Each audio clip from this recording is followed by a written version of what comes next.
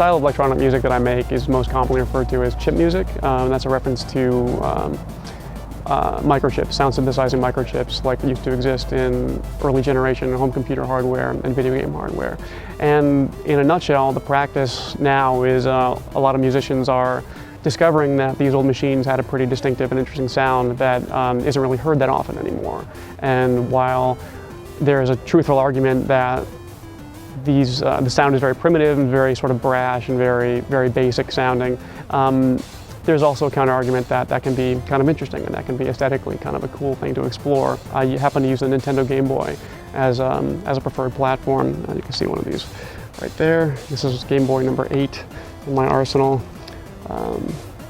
And the secret weapons that I'm using are a pair of homebrew programs. One's called Nanoloop, developed by a guy named Oliver Vitkov in Germany, and one is called Little Sound DJ, aka Little LSDJ, which is what I happen to have in this Game Boy right now. It's developed by a guy named Johan Kotlinski in Stockholm, Sweden. And what these are, in a nutshell, are homebrew music making programs designed to be used directly on the Game Boy itself. So sort of like a music sequencer that runs on a Game Boy instead of on a computer. And it uses the Game Boy's onboard sound chip to generate sound.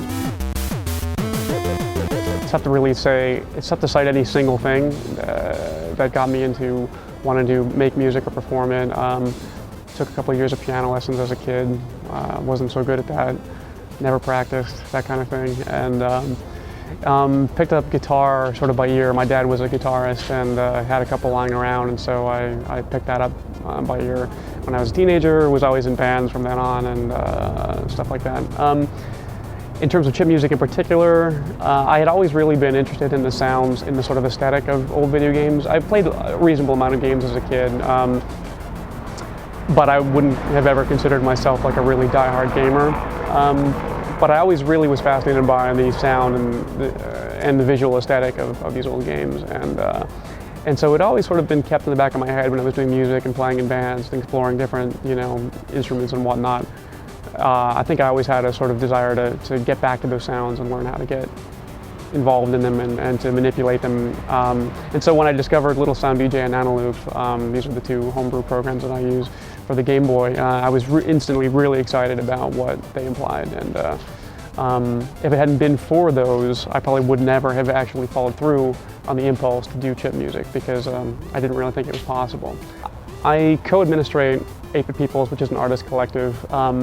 The most active and visible part of that is probably the music label arm of it. And yeah, we release just about everything for free as downloadable MP3s. It doesn't make sense financially, of course, but 8-Bit Peoples has never been a commercial venture. It's just really for fun and just to get music out there. And we've been really lucky in that it's become, I think, sort of a one of the few go-to places online for people to find out new works by chip music artists.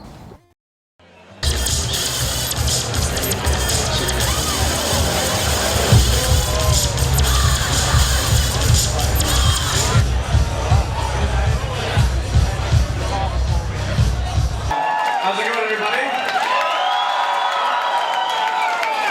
Thanks a lot for coming out to help make the Blip Festival 2008 what to me looks like a pretty amazing success. So